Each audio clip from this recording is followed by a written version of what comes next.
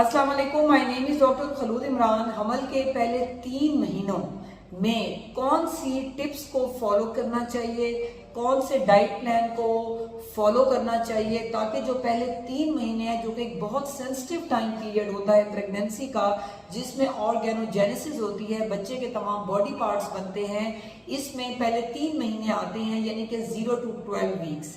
इसमें अब फीमेल ने क्या क्या करना है और जो है उसको किस तरह अपनी प्रेगनेंसी को लेके चलना है। जो पहले 3 महीने हैं ये बहुत सेंसिटिव होते हैं। आजकल मार्केट में किट्स मौजूद हैं, फीमेल घर में ही चेक कर लेती हैं कि जी प्रेगनेंसी पॉजिटिव आ गई है तो उनको फौरन चाहिए कि अपना अल्ट्रासाउंड करवाएं, क्योंकि जो फीटल पोल है या जेस्टेशनल सैक है वो यूट्रस में होना लाजमी है। बाजू का टॉपिक प्रेगनेंसी होती है कि जी ट्यूब में हमल ठहर गया है, तो उसकी कंफर्मेशन के लिए अल्ट्रासाउंड बहुत ज्यादा जरूरी है। उसके बाद जैसे जैसे प्रेगनेंसी ग्रो होती है, बच्ची के जो हार्मोन्स हैं वो पीक पे जाते हैं और जो है ऑटोमेटिकली जो है उसकी वजह से फीमेल को नोजिया, वॉमिटिंग, उल्टी बहुत ज्यादा होती है और बच्चा जो है मुकम्मल इन्हीं 3 महीनों में बनता है। उसका brain development, spinal cord, kidney, abdominal organs, legs, hand, मुकम्मल बेबी बनता है इस टाइम पीरियड में। तो ये टाइम पीरियड नो डाउट बहुत ज़्यादा टफ होता है फीमेल के लिए। उन्हें बहुत ज़्यादा एपिगैस्ट्रिक बर्निंग, मैदे की तेजाबियत होना, बार बार वॉमिटिंग होना, मतली होना, खाने को कुछ अच्छा ना लगना और उनको स्मेल फील हो रही होती है जैसे कि मछली की या सोप की, साबुन की, किसी चीज़ से भी वो जो है सेंसिटिव होती हैं। तो जो है इस टाइम पीरियड में फीमेल कहती हैं कि हमें आप ऐसे टिप्स बताएं जिससे प्रेगनेंसी हेल्दी हो, क्योंकि जो पहले 3 महीने है जितना बच्चा बनेगा जो ऑटोमेटिकली उस टाइम पीरियड में वही बच्चे ने आगे जाके ग्रो करना है। तो इसमें आपने किन चीज़ों का ख्याल करना है, जैसे कि मैंने बताया कि अर्ली अल्ट्रासाउंड बहुत ज़्यादा ज़रूरी है। अब बच्चा यूट्रस में है, वेल एंड गुड। फिर 6 वीक 6 हफ्तों पे आपने अल्ट्रासाउंड करना है कि जो फीटल पोल है, बच्चा है, उस घर में बन गया है या नहीं बना, उसका हार्ट बीट आई है या नहीं आई है। अब वो भी आ गई है तो उसके बाद फीमेल ने जैसे कि उसे प्रेगनेंसी हुई है उसने फॉलिक एसिड यूज करना है। वैसे तो मैं रिकमेंड करती हूँ, अपनी बहुत सी वीडियोस में मैंने कहा है कि जब एक बच्ची प्रेगनेंसी प्लान करती है या एक बच्ची की जब शादी प्लान होती है कि जी 3 माह के बाद शादी है तो उसे फॉलिक एसिड की टैबलेट तभी यूज करना शुरू कर देनी चाहिए। या एक कपल है जैसे वो न्यूली मैरिड है तो उसको चाहिए कि वो बच्ची भी फौरन फॉलिक एसिड यूज करना शुरू कर दे ताकि जो है बच्चे के जो सर में पानी है, हाइड्रोकेफलस है, कमर पे फोड़े, मेनिंगोमायोसिल, कोई और हार्ट डिफेक्ट, उसे folic acid special spinal cord defect से बचाती है।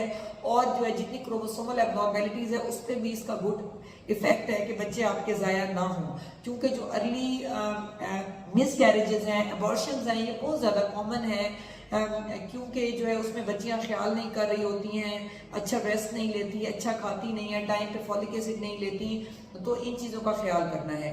अब मैं यहाँ पे लाजमी बात करूँगी डाइट प्लान की और प्रेगनेंसी टिप्स की।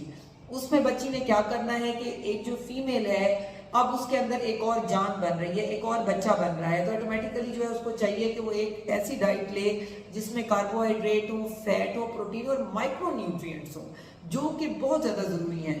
तो उसमें डेली का एग लेना है बच्ची ने, उसके साथ डेली का मिल्क लेना है 1 गिलास, पानी का इस्तेमाल बहुत ज्यादा करना है।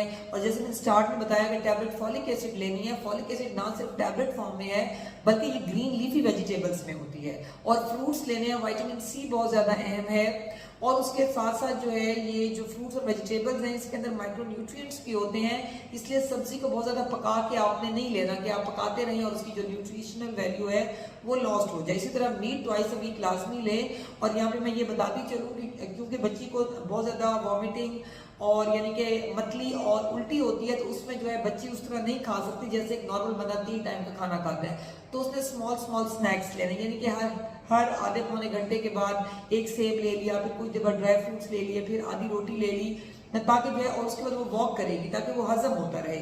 और साथ में वो डॉक्टर से हेल्पिंग मेडिसिन भी ले सकती है वॉमिटिंग की ताकि वो अच्छा डाइजेस्ट हो।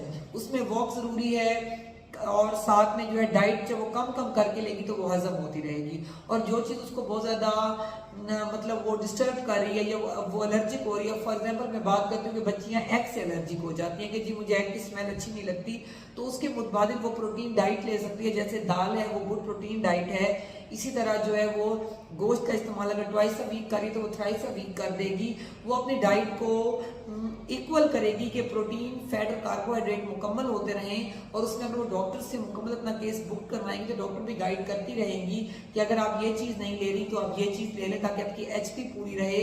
एचपी आपको मीट से मिलती है, दालों से मिलती है, ड्राई फ्रूट से मिलती है, उसमें खजूर टॉप पे है। तो उसमें अगर आपको शुगर नहीं है तो आप फर्स्ट डे प्रेगनेंसी से यूज़ कर सकती हैं। तो आपने कंप्लीट डाइट लेनी है ताकि बच्चा जो है उसके जो ऑर्गन्स हैं वो हेल्दी हो, कंप्लीट बने, ताकि जो आपकी प्रेगनेंसी आगे भी चलती रहे। Stay safe, stay healthy. Thank you so much. Allah Hafiz.